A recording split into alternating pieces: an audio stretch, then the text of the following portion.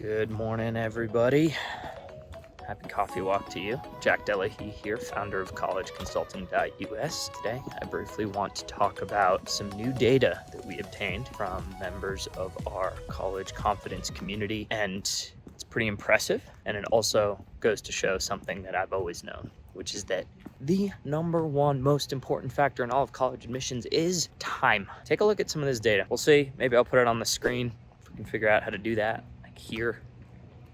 But take a look at some of it. What you can see is families that start working on college planning earlier, meaning as early as 9th grade, are significantly more likely to gain admission into their dream school. On top of that, they're significantly more likely to gain serious scholarship money. Now, the reason that I'm making this video is because I think I have a lot of actually families who follow this channel, follow college planning tips and advice, and they think, all right, I'll kind of passively follow along, and when my kid reaches junior spring, we'll start really kind of putting things into motion. Well, the problem with that notion, as you can see from the data that we've got, is that putting your child at a serious detriment when it comes to admission at their dream school. And again, this data that we received really proves that. So if you're watching this channel and you have a 9th grader, you have a 10th grader, and you were thinking, we'll wait a year or two, I recommend you reconsider. And to help you reconsider, I'm gonna give you some actionable steps right now that you can do if you have a 8th grader, if you have a 9th grader, if you have a 10th grader, so you can actually take some steps, and say, well, okay, this is all great, Jack, but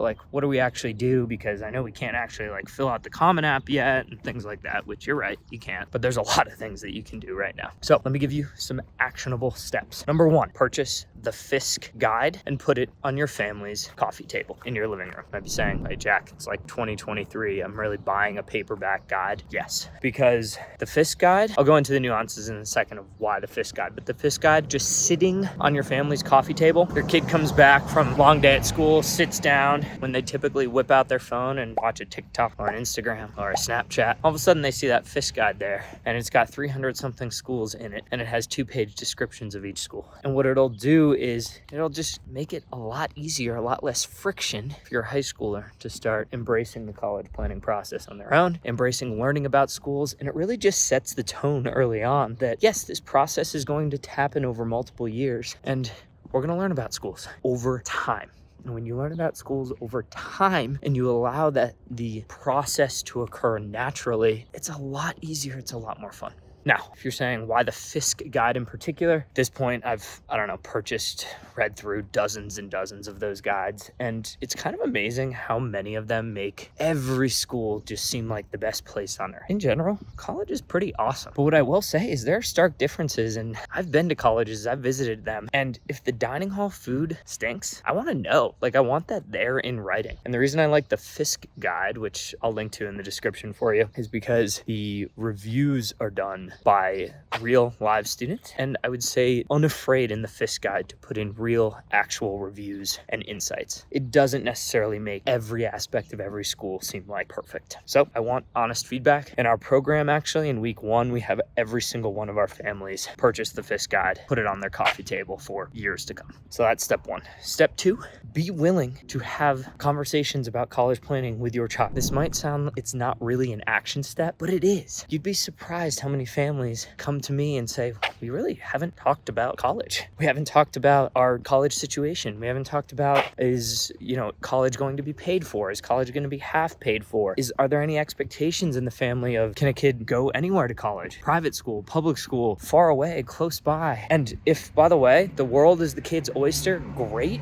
Tell them that. Let them get excited. Being able to have those conversations when a child is in 9th grade and 10th grade is really, really important, so it doesn't just come abruptly when it's 11th grade spring and you feel like, oh, it's time to start college planning. All right, tip number 3, visit schools early and often. I have an entire video about this, I'll link to it, but visit schools early and often. Don't think, oh, we can only visit schools if we think that there's a chance that they might make our school list. I have a whole video on this, so I'm not gonna go into it, but the important thing to note is you can just go visit schools that are nearby, make it a super easy trip on a Saturday, and assess the school for the type of school that it is. Start to have your child understand, do they want a big school, a small school, a city school, a country school, a school with a campus, a school with no campus? These are things where if you start to establish that early and often in 9th grade, in 10th grade, by the time it comes to actually senior fall and they're applying, they will have known for years what types of schools fit their vibe best. Last, 4th tip, a school list. Even if that school list has 0 schools on it right now, I don't care. I strongly encourage you as a family to start that school list. For some of my families, it's as simple as sticky notes on the refrigerator, schools we want to learn more about. Great, that's a great start. For other families, I recommend you kind of embrace more of the methodology we use in our college confidence program, which is you create a Google sheet, and here is the key. The school list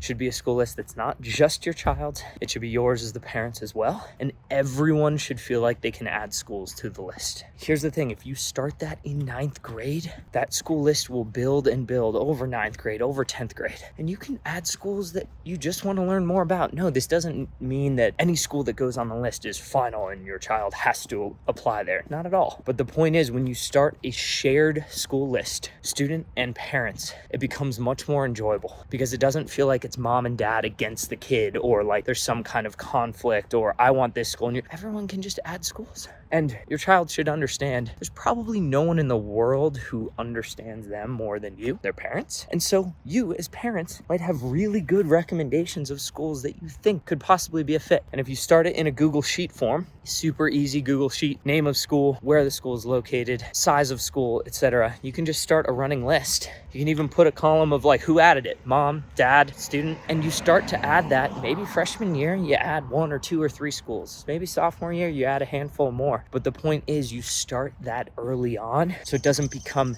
scary. It actually becomes fun. It becomes exciting and it becomes collaborative. So I hope that helps. The number one factor in college admissions is time. I've always known this. My families have always known this, but it's interesting now that we actually have real legitimate data on it. And again, I'll put the links to it in the YouTube description so you can actually see how the earlier a family joins our program, 9th grade, how much more likely they are to gain admission into their dream school. You can see the earlier a family joins our program, how much more likely they are to gain significant scholarships. And if you're wondering why, it's just because when you actually plan, you give yourself enough time to plan, you understand what college admissions departments are looking for, and you have years to plan for that, of course you're much more likely to succeed, right? Think about it, it'd be the equivalent of like playing any sport. You're like, wonder what the number one factor is to get really good at the sport. Time practicing the sport. Ask Michael Phelps how long he's been in an Olympic swimming pool. A lot, right? And so it's the same with college planning, but it's this weird thing where college is really important. It's 4 years of a student's life, and really their first 4 years going off on their own. And it's amazing how in the United States here, it's just, yeah, we'll kind of figure that out like at the end of junior year. You want to do it really well? Give your child more time. Start talking about it at the end of 8th grade. Start talking about it in 9th grade. Certainly start talking about it in 10th grade. More time, plan a sport. Of course you're going to get better. Of course you're going to get better at college planning. That's it. I hope this helps. If you have any questions, drop them in the comments. I'll reply. And until next time, cheers.